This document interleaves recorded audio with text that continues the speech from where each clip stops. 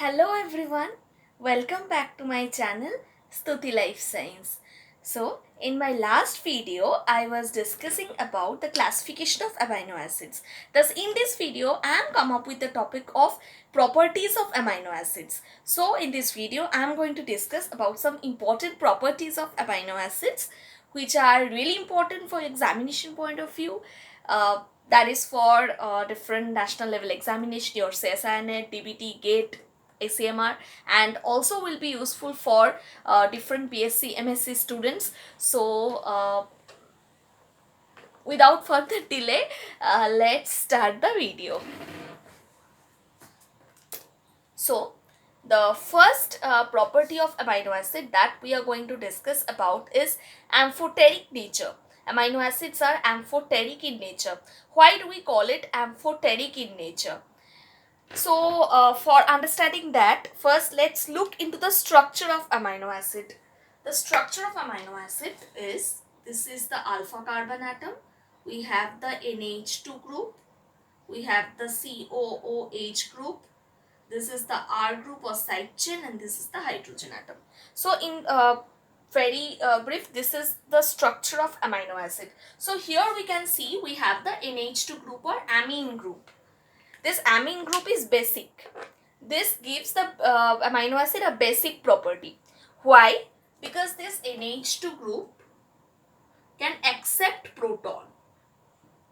It is accepting proton to form NH3 plus, and this COOH group donate proton to form CO minus. So we know acids are proton donors. So this COOH group is the acidic group, or due to the COOH group the amino acid gets acidic property. Thus the amino acid is having both basic and acidic property.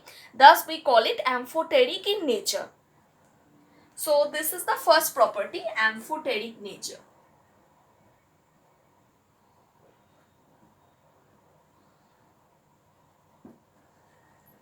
Okay. So the second property is optical property or optical activity. So what do we mean by optical activity? Optical activity means the property to rotate a plane of polarized light in either right-handed clockwise direction or anti-clockwise direction. So this is about chirality. Before understanding chirality, let's understand what we mean by a chiral carbon atom. A chiral carbon atom is such a carbon atom which is attached to 4 different groups. We know carbon has a valency of 4. Okay, thus carbon can be attached to 4 different groups. So let's see.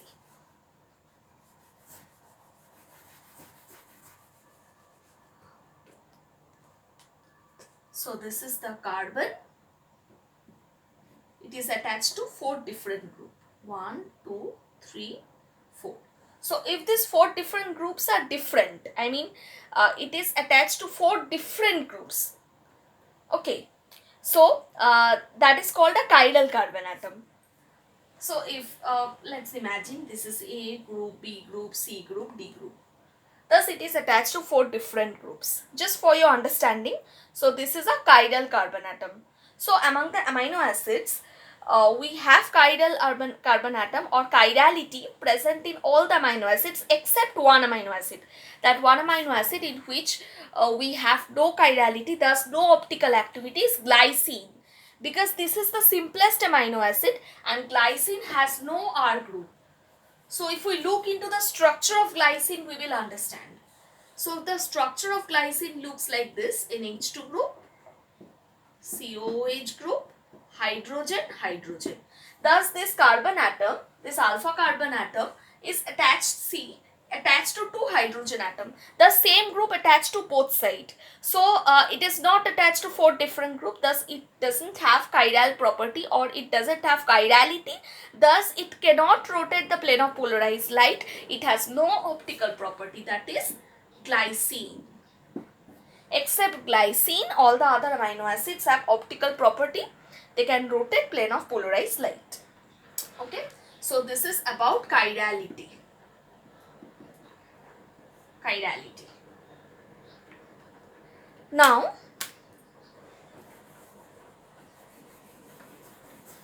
The next property is absorbance spectra. We know that aromatic amino acids like tryptophan, tyrosine and phenylalanine, they can show absorbance, rather a sharp peak of absorbance at 280 nanometer. This is due to the aromatic rings present in the structure of those amino acids. So, due to these amino acids, we have a strong peak at 280 nanometer. This is the absorbance spectra of amino acids. How does it look? This is the absorbance. This is the wavelength. So we have a sharp peak at 280 nanometer. This is the absorbance property of amino acids. So thus these are the two properties. Now let's see what are zwitterionic forms. What are zwitterionic form? What is pI or isoelectric point of amino acid? And when we lower the pH, what happens? When we raise the pH, what happens? What are the changes in the structure of amino acid? These are really important parts. So let's understand.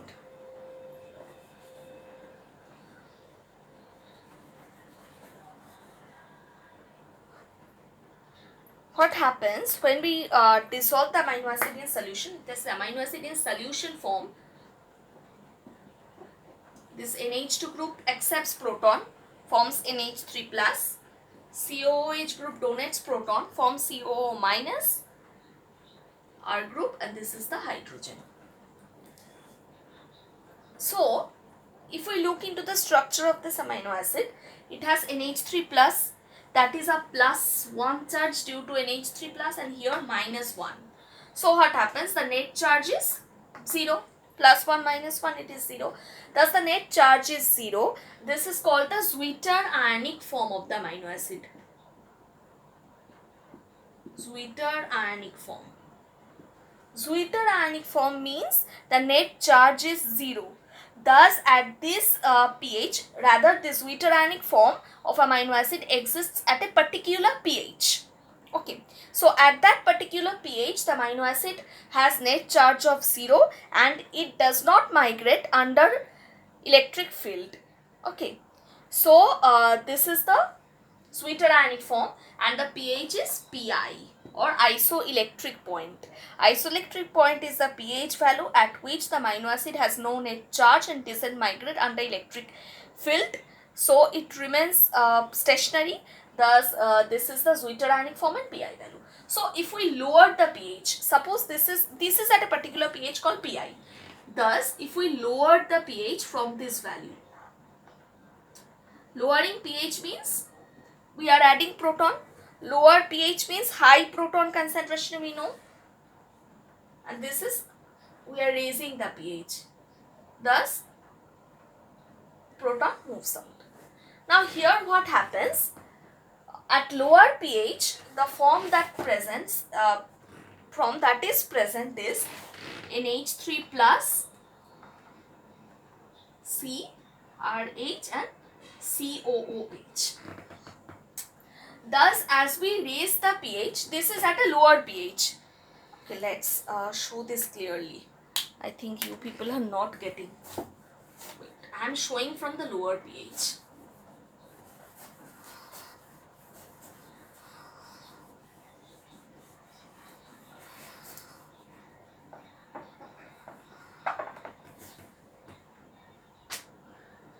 Actually, the basic thing that happens over here is that the charge that must be present on amino acid, that is whether the amino acid will have a plus charge or minus charge, it depends on two factors. One is the isoelectric point of the amino acid, another is the pH of the solution where the amino acid is present. Now the pH of the solution, if the pH is lower than the pi of the amino acid, pH of solution lower than the pi of amino acid, pH lower means proton concentration is higher in the solution. Proton concentration higher in solution, right? So what happens? This proton is given to amino acid. Now this amino acid takes proton from the solution. The solution pH is lower, thus lower pH means higher proton concentration in the solution. Now this higher proton is taken up by amino acid. It is given to amino acid. Amino acid takes up proton and gets positive charge. Thus this happens at a lower pH. Amino acid gets a positive charge. Now what happens at higher pH? pH is suppose greater than the isoelectric point. At that point what happens? pH greater means proton concentration lower in the solution. Thus it takes proton from the amino acid. Proton concentration lower in the solution. Amino acid gives proton. That is, the amino acid loses proton. After losing proton, the amino acid gets negative charge. Thus at higher pH, the amino acid has a negative charge. Okay. So this is the basic thing. At lower pH positive charge, higher pH negative charge.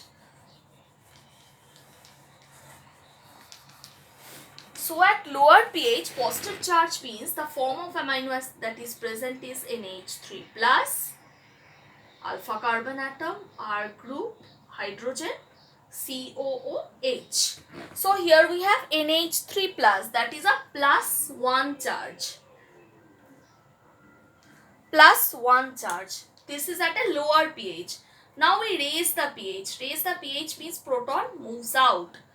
This proton is now lost from this carboxylic acid group. Okay. First, the carboxylic acid group loses proton. Okay. So we have the value is pK1. pK1 means the ionization exponent of, rather the ionization exponent of losing of proton by COOH group. Ionization exponent where the COOH group loses proton. Okay. Now we have the zwitterionic form. NH3 plus CrH COO minus. Now we raise the pH more. Again proton moves out. Now the proton is lost from the NH3 plus. Now what happens? NH2 C alpha R H COO minus. Okay. Thus here the charge is plus 1, 0, and here we can say minus 1. Thus this the ionization exponent is pK2.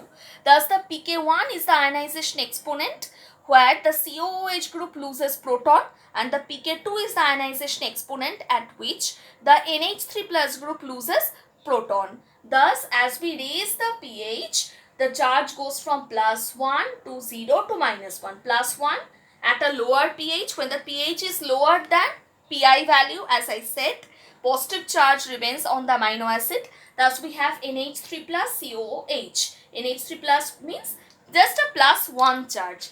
Now we raise the pH and it goes to NH3 plus COO minus, that is 0 net charge. Now we have NH2 COO minus, that is minus 1 charge. Thus we can see this is at a higher pH. pH is greater than Pi, where the net charge is minus, that is minus 1 charge. These are all for a non-polar uncharged amino acid, for and also for a polar uncharged. For polar charged amino acid, that is for acidic amino acid and basic amino acids, we will see this will vary a bit because they have side chain COH group or side chain NH2 group in addition to this basic like alpha carbon atom attached NH3 group or COH group. So there will be a variation. We will see that in the next video. Along with the titration curves we will see. And here what happens, this Pi value is about isoelectric point pH or Pi value is pK1 plus pK2 by 2. Okay. There is a derivation for this pK1 pK2, but you don't need much for that. But even if you want it, I can make a video on that also. Okay, so this is all about the zwitterionic form, the isoelectric point, the change in pH and the charge differences, +1, then 0, then -1. So we have covered about the properties of amino acid more or less in this video. So in the next video I will come back with the titration curves and also for the basic and acetic amino acids. Thus let's end this video over here. So if you people like my video, please share it with your friends and with other aspirants who are preparing for different examination, and these videos can be helpful for them also. And don't forget to subscribe to my channel. So if you have request for any other topics on which you want me to make video on, you can mention that in the comment section. I will try to consider them and try to come back with videos on which on topics which you need. So this is all about the properties of amino acid. So take care, stay safe. I'm coming back soon with my next video. Bye bye.